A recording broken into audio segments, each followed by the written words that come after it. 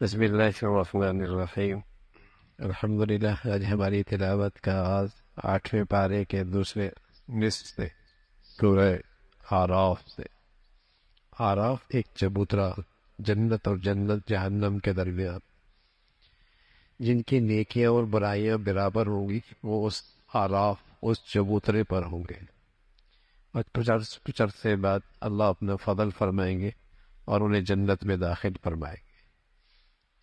تو اسی نسبت سے چونکہ ان کا ذکر ہے تو اس سورت کا نام بھی آراف ہے۔ اس کے آغاز میں قرآن کی عظمت کا تذکرہ ہے، قرآن کی تعریف اور اس کی شان ہے، اور پھر نہ ماننے والوں کی مذمت فرمائی۔ ایک دن آنے والا ہے جہاں نیکیاں اور بدیاں تولی جائیں گی، جس کا وزن بھاری ہوگا وہ کامیاب ہوں گے۔ اور یہ اللہ کے لیے مشکل نہیں۔ اللہ نے ساری مخلوق کو پیدا فرمایا، اس انسان کو مٹی سے پیدا فرمایا اور اپنی قدرت کا شکار بنایا ہے۔ اس ذات کے لیے دوبارہ زندہ کرنا کیا مشکل ہے، لیکن شیطان اس کا ازلی دشمن ہے۔ اس نے یہ اعلان کر رکھا ہے کہ میں اسے دائیں بائیں ہر طرف سے گمراہ کروں گا، اور اس کے اندر احسان شناسی نہیں آئے گی، اور اس کی زندگی میں شکر گزاری نہیں آئے گی۔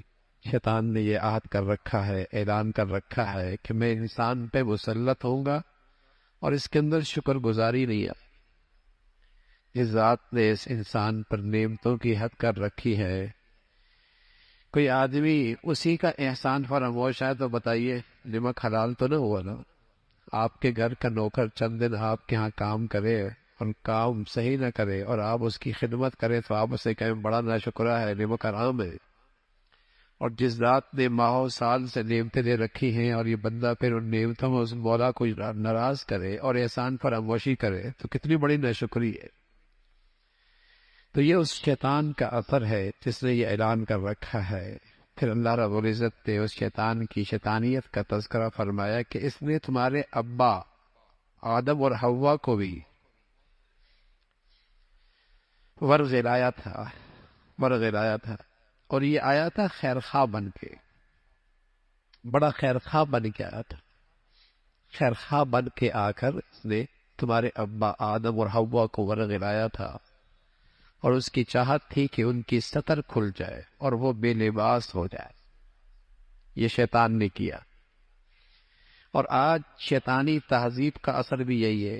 آج دنیا میں جتنی شیطانی قوتیں ہیں نا، وہ بڑی خیرخواہی کے ساتھ مسلمان معاشرے پہ قبضہ کرتی ہیں، خیرخواہ بن کے آتی ہیں، تعلیم کے نام پہ آتی ہے، صحت کے نام پہ آتی ہے، روزگار کے نام پہ آتی ہیں، اور پورے مسلمانوں کے معاشرے پہ وہ قابض ہو جاتی ہے۔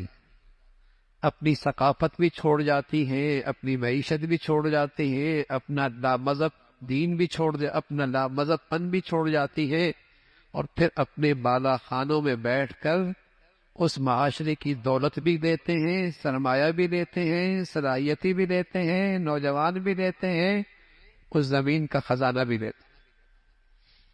لیکن پہلے وہ زمین پہ آئے تھے خیرخواہ بن کے، تعلیم کے نام پر آئے تھے، صحت کے نام پر آئے تھے، مدد کے نام پہ آئے تھے، ہمدرد بن کے آئے تھے۔ تو شیطان اسی انداز سے وار کرتا ہے۔ مسلمانوں کو خبردار کیا کہ دیکھو، ہر خیر خائی کے جملے کہنے والا خیر خواہ نہیں ہوتا۔ اور 1 صدی تک مسلمان دنیا نے اس سے دھوکہ کھایا ہے۔ آج اسلامی دنیا میں جو لوگ خیر خواہ بن کے آئے تھے، اس اسلامی دنیا کا ساری دولت سمٹ کے انہی کے پاس جا رہی، افرادی قوت بھی جا رہی ہے، صلاحیتی بھی جا رہی ہے، دولت بھی جا رہی ہے، وسائل بھی جا رہے ہیں۔ لیکن 1 صدی انہوں نے اسلامی دنیا پہ خیرخوائی کے روپ میں بے روپیہ بن کے آئے، خدمت کے نام سے آئے اور لوٹ کے لے گئے۔ ظاہر ہے جو ان کا پڑا اور جو ان کی تہذیب میں رنگا ہوگا وہ اپنے ملک کے تو رہنے ہی نہیں چاہے گا، وہ اپنے ملک میں تو رہنے نہیں چاہے گا، اور اگر کسی مفادات کے لیے رہ بھی گیا تو اس کا سرمایہ کہیں اور ہی ہو، اس کی توجہ کہیں اور ہی ہو۔ تو اللہ کریم نے فرمایا کہ شیطان خیرخواہ بن کے آیا ہے تمہارے ابا کے پاس، آدم کے پاس، حوا کے پاس، اور اس نے کیا کوشش کی کہ بے لباس کر دیں، اور آج شیطانی تہذیب بھی یہ چاہتی ہے کہ یہ انسان بے لباس ہو جائے۔ جانور بھی، حیوان بھی بغیر لباس کے پیدا ہوتا ہے، انسان بھی بے لباس دنیا میں آتا ہے، لیکن اللہ تعالیٰ نے انسان کو لباس سے عزت دی، لباس سے عزت دی ہے۔ لیکن آج شیطانی تہذیب انسان کو پھر حیوان بنانا چاہتی، اور جس قدر اس شیطانیت اور حیوانیت کا اثر زیادہ ہے، جسم پہ لباس نہیں ہو، جسم پہ لباس نہیں ہو۔ جس قدر حیوانیت بڑھے گی، جسم پہ لباس نہیں ہوگا، عریانہ پن پسند کرے گا، عریانیت پسند کرے گا۔ بدقسمتی سے کافر کرے تو سمجھ میں آئے، تب تو مسلمانوں کے بچے بچیوں کا بھی یہی حال ہے۔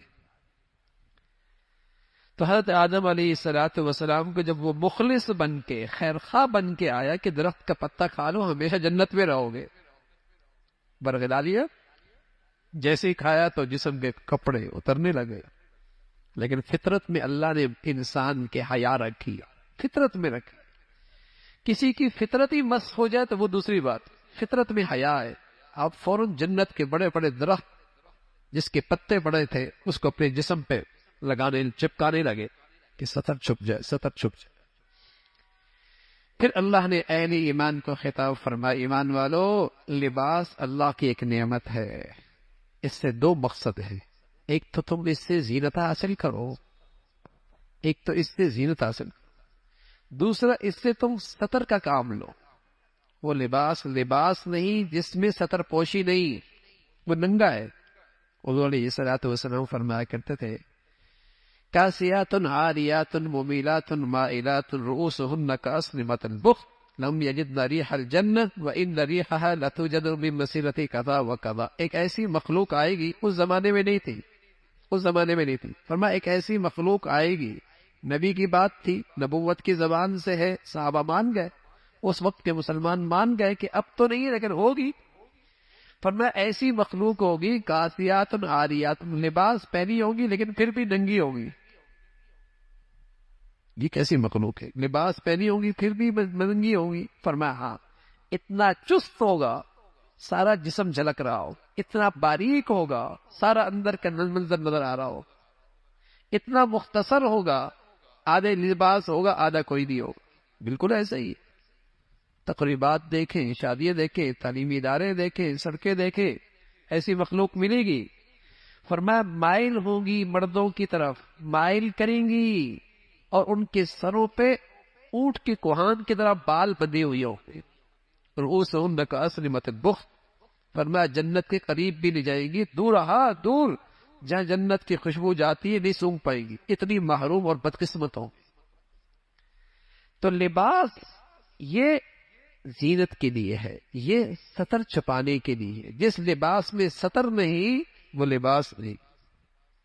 جو فیشن مغرب سے آ جائے، نادان مسلمان سمجھتا ہے اس میں عزت ہے۔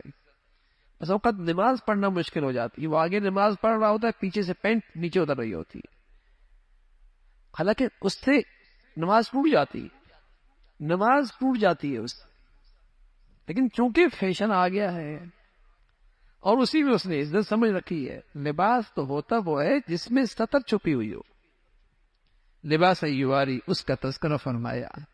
اس زمانے جاہلیت میں مشرک بیت اللہ کا طواف ننگا کرتے تھے اور کہتے تھے اللہ کا حکم ہے، اللہ کا حکم۔ تو اللہ رب العزت نے ان کی مذمت اور تردید فرمائی کہ اللہ رب العزت کھانے پینے سے نہیں روکتا، لباس پوشاک سے نہیں روکتا۔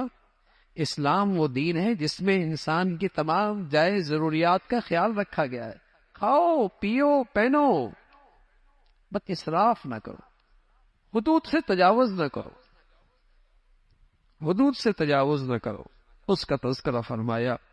پھر اللہ رب العزت نے نہ ماننے والوں کی اور اللہ کے نافرمان لوگوں کے لیے جہنم، فرمایا ایسی سزا ہے، ان کے لیے جنت میں جانا ایسا مشکل ہے جیسے سوئی کے ناکے میں اونٹ کا گزرنا ناممکن ہے۔ ایسی جہنم میں جنت میں کافر ایسا نہیں جائے گا، جہنم جائے گا۔ ہاں اللہ کا فرم بردار نیک آدمی جنت میں جائیں گے، اور اللہ رب العزت انہیں صاف ستھرا کر کے جنت بھیجیں گے، وہاں دلوں میں قدورت نہیں ہو، کینہ اور بغض نہیں ہوگا، صاف ستھرا کر کے جنت میں بھیجیں گے. وہاں محبت ہی محبت ہوگی، وہاں الفت ہی الفت ہوگی. جنت کی ایک خاص خوبی ہے جو ہر جنتی کو ملے گی، دو، ایک سکون ملے گا، دوسری الفت اور محبت بہت ملے گی. بتائیے جن زندگیوں میں اللہ یہ دونوں نعمت دے دے، گویا کہ جنت کی نعمتیں مل گئی ان کو. نہیں یہ دونوں، نہ سکون ہے نہ محبتیں. گناہوں کی آگ میں نہ سکون رہنے دیا ہے نہ محبتیں رہنے دی ہے. جنت میں ہر شخص کے لیے سکون بھی ہوگا، محبت اور الفت بھی ہوگی. قدرتی نہیں ہوگی، کھوٹ نہیں ہوگا، کینہ نہیں ہوگا، صاف دل، محبت بھرا. اور رسول اللہ صلی اللہ علیہ وسلم فرمایا کرتے تھے المؤمن مألف ولا خیر فی من لا یعرف ولا. مومن تو الفت اور محبت کا سر چشمہ ہے، اس سے تو الفت اور محبت پھوٹتی ہے. اس آدمی میں کوئی خیر نہیں جو الفت اور محبت نہ کرے اور لوگ اس سے الفت اور محبت نہ رکھے، اس میں کوئی خیر. تو جنت میں اہل جنت اس خوبیوں کے ساتھ، اس حسن کے ساتھ تشریف لے کے جائیں گے. اور پھر جنتی جہنمیوں سے کہیں گے ہم نے تو اللہ کا وعدہ پورا دیکھا ہے، تم نے بھی کچھ دیکھا ہے؟ کہیں گے ہاں. اور دونوں کے درمیان آڑ آ جائے گی. پھر وہ جو آراف میں چبوترے پہ بیٹھے ہوں گے، جنت بھی دیکھ رہے ہوں گے، جہنم بھی دیکھ رہے ہوں گے، جنتیوں کو دیکھ کر خوش ہوں گے اور کہیں گے ہم بھی امید رکھتے اللہ ہم پہ بھی فضل فرما دے. جہنمیوں کو دیکھ کر، ہاں جہنمیوں کو دیکھ کر اللہ سے کہیں گے اللہ پناہ ان سے محفوظ رکھنا. پھر جہنمیوں کا تذکرہ ہے، جنتیوں سے کہیں گے کچھ ٹھنڈک، کچھ پانی، کچھ زندگی کی ضرورت. فرمانا نہ، یہ یہاں نہیں ملتی. تم دنیا میں اللہ کے دین کا مذاق اڑایا کر، تم نے زندگی کو بس کھیل کود کا مقصد، زندگی میں کھیل کود کو زندگی کا مقصد بنا رکھا تھا. تمہاری زندگی کا مقصد لاہو لعب تھا. اب یہاں کچھ نہیں ملے گا. اس کا تذکرہ فرمایا. اللہ کی عظمت اور بڑائی کا تذکرہ ہے، اور میں اللہ کو یاد کیا کرو، اس سے دعائیں کیا کرو، چپ کے اللہ کو پکارا کرو اور پورے یقین کے ساتھ پکارا کرو. وہ ذات تمہاری پکار سنتی ہے. پھر حضرات نوح علیہ الصلوۃ والسلام کا تذکرہ، حضرت ہود کا تذکرہ، حضرت صالح کا تذکرہ، حضرت شعیب کا تذکرہ، مختلف انبیاء علیہ الصلوۃ والسلام کا تذکرہ فرمایا. سبھی نے اپنی قوم کو اللہ کا راستہ بتایا، اللہ کی توحید کا سبق دیا، ادائے حق اور صراط مستقیم کی رہنمائی کی. لیکن قوم نے جب انکار کیا اور قوم اپنے نبی کی زندگی لینے کے لیے تیار نہ ہوئی، پھر ان قوموں پر اللہ کا عذاب آیا اور اللہ کی پکڑ آئی. فرما بردار لوگوں کو اللہ رب العزت نے نجات دی.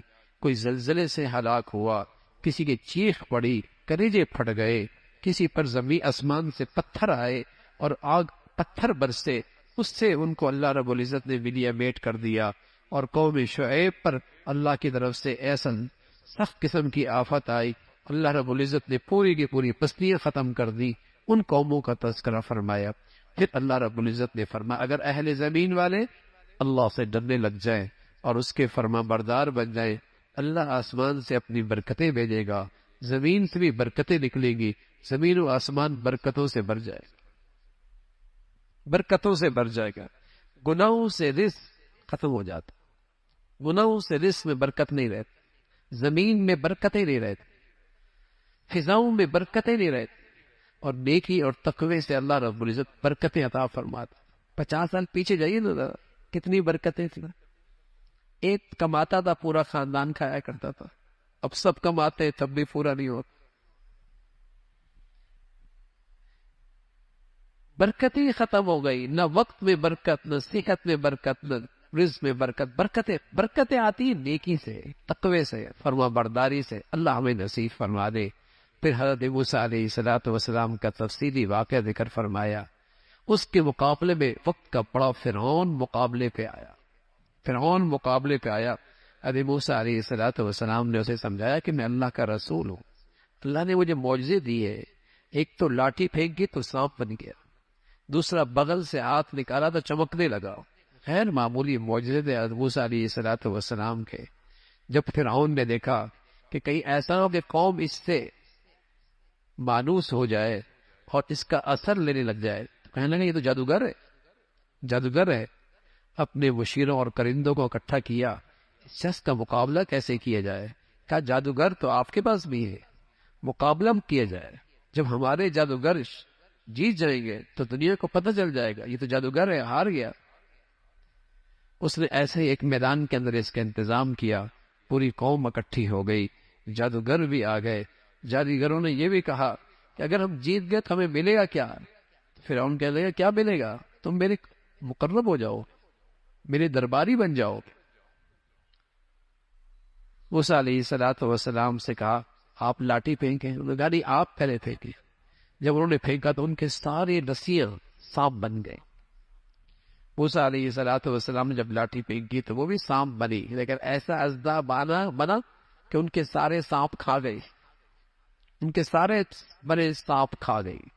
وہ جادوگر اپنے فن میں ماہر تھے، سمجھ گئے یہ شخص جادوگر نہیں ہے، یہ اللہ کا پیغمبر ہے، فوراً ایمان لے کے آ گئے۔ آدمی ناواقف ہو، حق سامنے آ جائے، قبول کرنا آسان ہو جاتا ہے، لیکن آدمی ضدی اور عنادی ہو، حق سامنے آ جائے تب بھی قبول نہیں کرتا۔ جادوگر ناواقف تھے، حق سامنے آ گیا، سمجھ گئے اللہ کا نبی ہے، مقابلہ نہیں کر سکتے، ایمان لے آئے۔ اور جب ایمان لے کے آ گئے تو فرعون نے کہا تم سب کی آپس میں طے شدہ یہ سارا پلان ہے، تم چاہتے ہو کہ اس زمین کے حکمران بن جاؤ، اس زمین کے حکمران بن جاؤ، تم دونوں کا یہ طے شدہ پروگرام ہے، تم چاہتے ہو کہ اس ملک کے حکمران بن جاؤ، اور تمہیں جانتے ہو تمہیں اس کی سزا کیا ملے گی، تمہیں سولی پہ لٹکا دوں گا اور عبرتناک سزا دوں گا۔ جادوگر سبحان اللہ، اللہ نے ایسا ایمان نصیب فرمایا تھا، کہنے لگے اگر ہماری جان چلی بھی گئی تو کیا ہوا، اللہ کے پاس ہی جائیں گے نا، گھاٹے کا سودا تھوڑی ہے۔ ایسے انہیں اللہ نے ایمان پر استقامت نصیب فرمائی اور اللہ سے فریاد کی اے اللہ ہمیں ثابت قدم رکھ، اے اللہ ہمیں استقامت نصیب فرما، اے اللہ ہمیں ثابت قدم رکھ۔ اس کا تذکرہ فرمایا۔ پھر قوم بنی اسرائیل کا تذکرہ ہے۔ اللہ رب العزت نے فرعون کو جب ان کے ذریعے دعوت دی، لیکن فرعون بار بار انکار کرتا رہا، تو فرعونیوں پر مختلف قسم کے عذاب آئے، مینڈکوں کا عذاب آیا کہ ہر چیز میں مینڈک، ہر چیز میں مینڈک، خون کا عذاب آیا، پانی مٹکوں میں ہو، تالابوں میں ہو، ٹینکیوں میں ہو، سب خون بن گیا۔ ایسی ایسی چیزیں آئی، عذاب ایسے آئے کہ سارے کے سارے کھیت ختم ہو گئے۔ موسیٰ علیہ السلام سے انہوں نے عرض کیا اللہ اے موسیٰ دعا کر اپنے رب سے، اگر اس مصیبت سے ہمیں نجات مل جائے تو ہم آپ کو پر ایمان لے آئیں گے، اور بنی اسرائیل کو جہاں آپ چاہیں گے لے کے جانا ہم روانہ کر دیں گے۔ موسیٰ علیہ السلام نے دعا کی، لیکن پھر انہوں نے انکار کیا، پھر ایمان نہ لائے۔ اس کا تذکرہ فرمایا موسیٰ علیہ السلام اپنی قوم کو لے کر وہاں سے نکلے، مصر سے نکلے، اور ایک جگہ پہنچے تو اللہ رب العزت سے عرض کیا اللہ اب یہ قوم آزاد ہو چکی ہے اور ان کو زندگی گزارنے کے لیے دستور چاہیے۔ تو موسیٰ علیہ السلام کو اللہ نے کوئی طور پہ بلایا، وہاں 40 دن تک رکھا اور پھر تورات دی۔ لیکن جب تورات واپس لے کر آئے تو قوم کا حال دیکھا، قوم ایک بچھڑے کی عبادت میں لگ گئی، ایک بچھڑے کو اپنا معبود بنا لیا۔ موسیٰ علیہ السلام کو سخت تکلیف ہوئی، ناراضگی کا اظہار کیا، اور اس قوم کی مذمت فرمائی کہ بہت جلدی پھسل جایا کرتے، بہت بڑی ناشکری کرنے والے تھے، بہت جلدی اللہ کے دین کا مذاق اڑانے والے تھے بنی اسرائیل۔ اس کی مذمت فرمائی۔ پھر اللہ رب العزت نے فرمایا کہ دیکھو اگر رسول کی اطاعت کرو گے، اس لیے کہ رسول کی اطاعت میں پھر اچھائی کی طرف بلانا ہے اور برائی سے روکنا ہے، اس کا تذکرہ فرمایا۔ پھر اس قوم پر جو اللہ کے احسانات ہوئی ہے کہ اللہ رب العزت نے پتھر کے اندر سے چشمے جاری کر دیے اور ایک صاحبان بادل کی شکل میں کر دیا جس سے ان کو سایہ ملا، لیکن یہ قوم بار بار ناشکری کرتی رہی۔ پھر اللہ رب العزت نے سزا دی، ان کو بندر اور خنزیر بنا دی، چند دن تک زندہ رہے، پھر یہ سارے کے سارے مر گئے۔ اس کا تذکرہ فرمایا۔ پھر ایک شخص تھا بلم بن بعورہ، یہ ایک منافق قسم کا آدمی تھا۔ پہلے اس کے پاس علم بہت تھا، لیکن اس نے علم کو اپنی دنیا کی خاطر بیچ ڈالا، تو اللہ رب العزت نے اس کی مذمت فرمائی۔ وہ علم کسی کام کا نہیں جس علم میں عمل نہ ہو اور جس علم میں تقوی نہ ہو، اس کا تذکرہ فرمایا۔ یہ کافر جان حیوانوں کی طرح ہے، چوپایوں کی طرح ہے، سمجھتے بوجھتے نہیں ہے، اللہ اور اللہ کے رسول کی بات نہیں سمجھتے۔ پھر آپ علیہ الصلوۃ والسلام سے سوال کیا جاتا تھا کہ قیامت کب آئے گی؟ فرمایا قیامت کا صحیح علم اللہ کے پاس ہے، نفع اور نقصان کا مالک میں نہیں، نفع اور نقصان کا مالک ایک اللہ کی ذات ہے، اور وہی اللہ کی ذات ہے جس نے انسان کو پیدا فرمایا اور پھر اس سے ساری مخلوق پیدا ہوئی اور بڑھتی چلی گئی۔ اللہ کے سوا کوئی حاجت روا اور مشکل کشا نہیں۔ جن کو تم پوجا کرتے ہو اور جس کی تم پرستش کرتے ہو، نہ تو وہ تمہاری فریاد سن سکتے ہیں اور نہ ہی تمہارے حاجت روا ہیں اور نہ ہی وہ تمہارے مشکل کشا ہیں۔ اس کا تذکرہ فرمایا جو لوگ اللہ سے ڈرتے ہیں، اگر ان کو شیطان اثر انداز بھی ہو جائے، فوراً اللہ کی طرف رجوع کرتے ہیں اور اللہ سے معافی مانگ لیتے ہیں۔ پھر قرآن کی عظمت کا تذکرہ فرمایا، قرآن جب بھی سنو ادب کے ساتھ سنو، احترام کے ساتھ سنو۔ اگر قرآن ادب اور احترام کے ساتھ سنو گے تو اس کا اثر تمہارے دلوں پہ پڑے گا۔ پھر اللہ کے جو قریب لوگ ہوتے ہیں وہ ہمیشہ اللہ کے فرما بردار ہوتے ہیں، اور اللہ کی فرما برداری ہی اللہ کے ہاں جسے کہیں کہ بڑا انعام، اور اللہ کے ہاں اللہ کی رضا کا وہ شخص مستحق ہوتا ہے۔ اللہ رب العزت زندگی اپنی فرما برداری اور اپنی اطاعت والی نصیب فرمائے۔